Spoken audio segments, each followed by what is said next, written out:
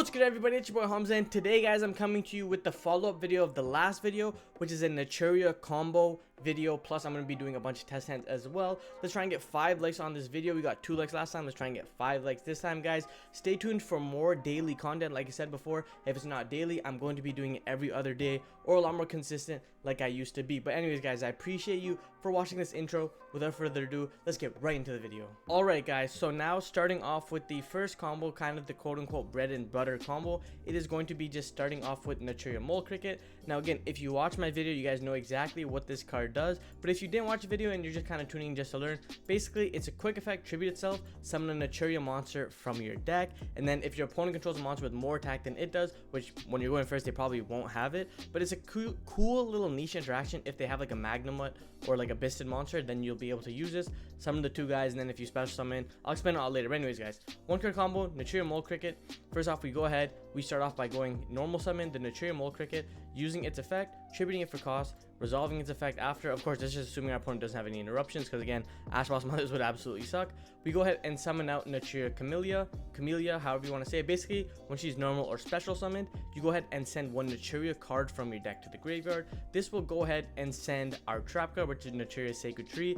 This card says if this card is sent to the graveyard, you can add 1 Naturia card from your deck to your hand, and this is not a once per turn, as you guys will see. But yeah, we send the tree will go ahead and trigger, and then this goes ahead and adds us our Naturia Blessing, which is essentially a monster reborn, or you can special them from your hand if you end up drawing one of the quote-unquote bricks of the deck. But yeah, we grab Naturia Blessing, we use the effect, which is going to special summon from the hand or graveyard, in this instance from the graveyard, and again, we're not going to be using the other effects, but this will go ahead, and then after this effect resolves, we will go ahead and commit into a synchro summon, which is going to be Naturia Beast.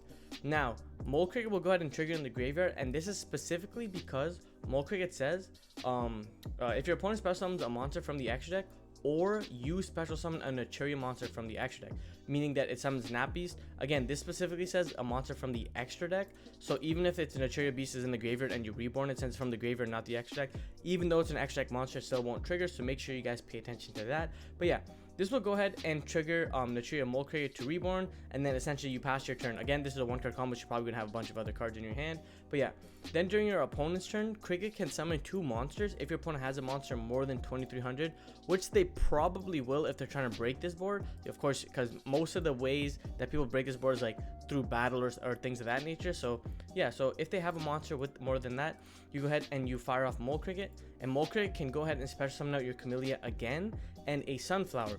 And then again, before anything happens and I explain it, Camellia will go ahead and mill. Here you can kind of choose what you like to mill. I like to send Sacred Tree specifically because then you can kind of get the reborn card to your hand, or you can get any other sort of follow-up play. But yeah, so basically during your opponent's turn you do all of that, and then this is what your end board more or less ends up becoming. And basically the reason why this is good is, like I was saying in the deck profile, Sunflower says you can tribute 1 Naturia monster and this card negate the activation if you do destroy it, and Camellia says if you would tribute a monster to activate a Naturia monster effect, you can send the top 2 cards of your graveyard instead. This is essentially a once per turn. It says you can only use each of the effect once per turn. This doesn't activate, it's a continuous effect from what I saw, so you can only do it once. So you can essentially get 2 monster negates off the Sunflower. So it goes Sunflower effect, mill 2, negate whatever, then Sunflower effect, tribute the 2, negate, and then you still have Naturia Beast as well, which Naturia Beast essentially is just all the spell cards. So off of 1 card combo, we essentially get 2 full monster negates and infinite spell negates, of course, if they have their ways of doing it. And then, like I said before, you guys can play the Vayne and the Stink Bug. In this instance, some people like the Stink Bug because Stink Bug essentially protects your Nat Beast, but we're not really in a format currently where Nat Beast is like an auto win card. So I think that this combo in and of itself is a little better later on. Like if you end up queuing up against like a Runick deck or some sort of spell heavy deck, Nat Beast is good. And against Pendulums, of course, this card was absolutely insane because it just mills and negates. But yeah, guys, so that was it for combo number 1, the 1 card combo. Now let's get into the next combo. Alright, guys, so now we are into the second combo, and this combo essentially is 2 Runick cards that aren't Runick Fountain. Of course, they have to be like any of the other cards, and then the 1 Sacred Tree. This tree can of course be any sort of card, as you will see later on. It can just be any of the ways to get to one of the Naturia monsters. But yeah, so it's just these 2 cards, and you guys are going to see here one of the instances why Sacred Tree is like absolutely broken, and the reason why I said it's like very similar to the Spiral Trap in that sense. But yeah, so we'll go ahead, we'll start the combo off by activating any of our Runick monsters. So Flashing Fire, or spell, sorry, we'll go ahead and activate the Flashing Fire, essentially what Flashing Fire will do is, we're not going to use the first effect, of course. We're going to special summon one runic monster from your extra deck to the extra monster zone. So this will go ahead and summon out our Huggin. Cool.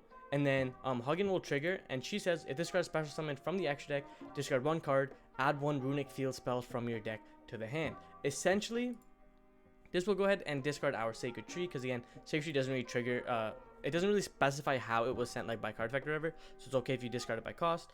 But yeah, this will send Sacred Tree, we'll grab our Runic Fountain, and then from here, we're going to trigger Sacred Tree on a separate chain, and this will go ahead and add us our Naturia Mole Cricket. So here, you can do the regular generic plays, but it's going to be a little different, and you'll see why. So from here, we go ahead, we normal summon Mole Cricket, we trigger Mole Cricket Tribute to go ahead and summon Camellia, and then Camellia will go ahead and trigger, and Camellia will go ahead and send the trap card to the graveyard again. So this is Naturia Sacred Tree's second effect activation. So you guys can kind of see what I mean when this card's absolutely broken in the way that we can spam it. And its on-field effects are like not too bad, but again, you'd rather just mill it anyways. But yeah, this will go ahead and trigger Naturia Sacred Tree. We grab our Naturia Blessing. Again, this little loop here, and the reason this is one of the main reasons why I think the deck is this absolutely powerful, specifically because you can get a nice little loop going on with these cards. But yeah, from here, we go ahead and we synchro our monsters away into our Coral Dragon or Stardust Charge Warrior. It doesn't really matter who you want in that instance. Technically, you could do Charge Warrior because Coral Dragon actually has a pretty relevant effect, but it doesn't matter. So from here, we go ahead, we activate Naturia Blessing. Or not, sorry, I completely forgot. You have to activate Runic Fountain and then use Slumber to summon from the extra deck. So this will go ahead and summon out our other name. And this is why I was saying that Gary is pretty good in what he does. And again, Gary has that effect where if you special summon from the extra deck, trigger one non-quick play runic spell in your graveyard and add to your hand. So like if you have the recycling ability, you can definitely use the recycling ability. You probably won't have it, but yeah. And then from here, we go ahead and we actually use the Runic Fountain's effect. So like I said before, Runic Fountain specifically says if you activate a Runic quick play spell card, I don't know what that was, target up to 3, shuffle them back. So from here, you'll go ahead and draw.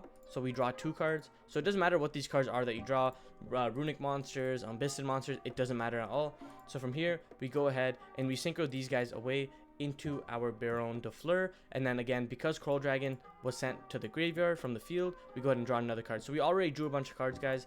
And then from here, we essentially go ahead and we can set our Naturia Blessing, and then basically during our opponent's turn, what we can do is we can go ahead and use this effect to go ahead and special summon out Camellia. Like you can do this during the standby phase, the draw phase, whatever, but you special out Camellia, and then Camellia will go ahead, and depending on what you want to do, you can send Sunflower, you can send the trap card to get follow-up play. What I like to do is I like to send Sunflower, and the specific reason for that is when your opponent normal summon or special summons, if you read Camellia, Camellia says if your opponent normal summons or special summon a monster, you can special summon one Naturia monster from your graveyard. So being able to send the Sunflower just sets it up so if your opponent normal summon or special summons, you can go ahead and get that Sunflower back off of Camellia's effect, and then you get 2 monster negates plus an Omni negate, which is pretty good. On top of that, again, this depends on what you have in your hand and whatever, but you can have other runic cards, you can have all sorts of other disruptions on your board, and that's just being able to draw. And then another thing as well is to note is that you have Naturia Mole Cricket, which is still going to trigger when your opponent special summons a monster from the extra deck. So the chances of you going like Sunflower, negating and destroying something, and then your opponent summons and then you reborn Mole Cricket, and then you just have more Sunflower negates, is pretty high in that regard as well. And then just having the generic Baron play as well, and then again, Baron gives you the tag out ability for more follow-up. So I feel like I said before, being able to get in a constant resource loop and resource management control game is very, very OP, and that's really important in this deck in particular.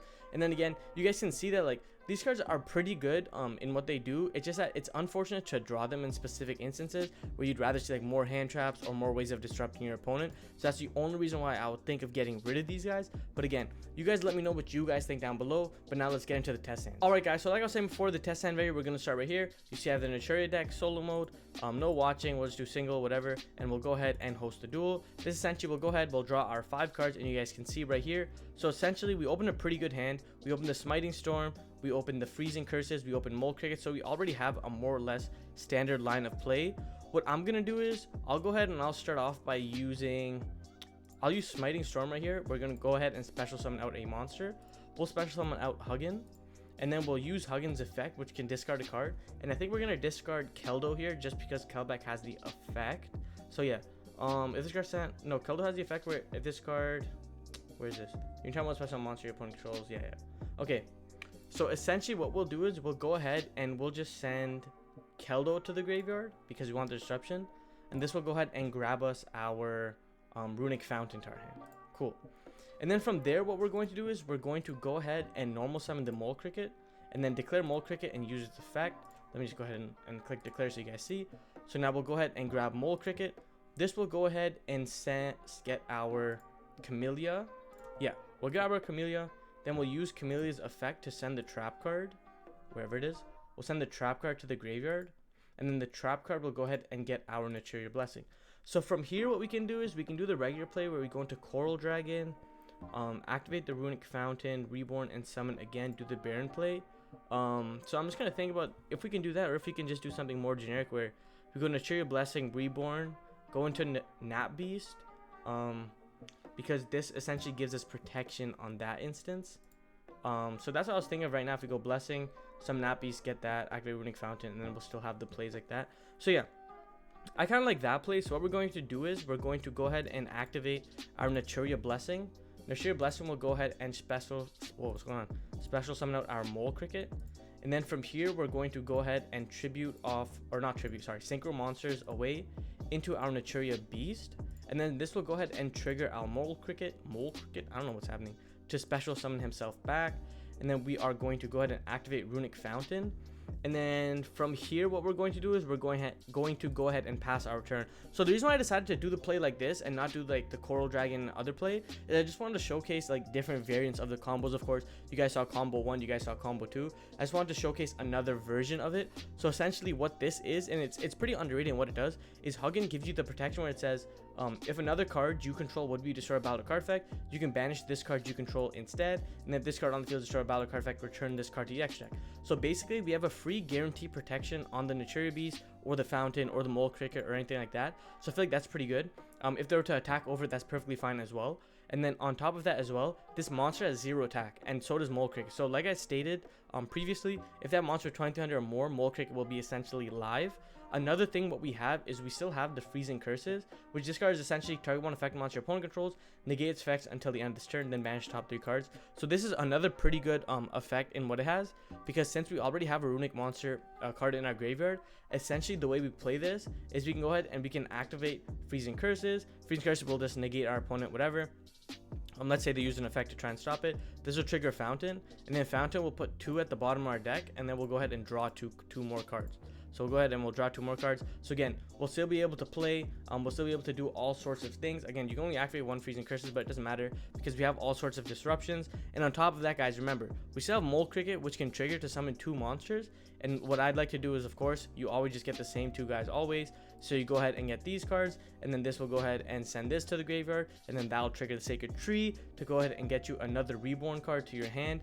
So then again, guys, you can kind of see the constant resource loop that we had. Like I said before, we had 5 cards in our hand, and then during our opponent's turn, we went 1, 2, 3, 4, 5, 6, 7, 8, 9. We went a whole +4, but still having consistent negates with Infinity, spell negates with this guy. Huggin gives a protection to Beast or Fountain, and then Huggin also technically gives protection for this, depending on what they want to do. I know it's a once per battle, or like it's only a protection 1 time, but being able to redirect an attack or protect is pretty good, especially if they like attack Nat Beast, you banish, and they try to attack again, and then we still have ways of manipulating the board and things of that nature. And then again, we still have Keldo in the graveyard, which helps us manipulate our opponent's graveyard as well. So that's really good, guys. Like I was saying before, this deck is super consistent. It's got a nice little resource loop depending on whatever hands you have. So I just want to showcase that. Hopefully you guys enjoyed this video, and hopefully guys, you stay tuned for even more videos in the near future. So guys, that was the end of the video. If you guys liked the video, please go ahead and leave a like down below. Comment what you guys want to see next. If you made it this far and you're not subscribed, you might as well subscribe. And like I always say, my name's Hamza. Keep on shining, never give up on your dreams. Peace.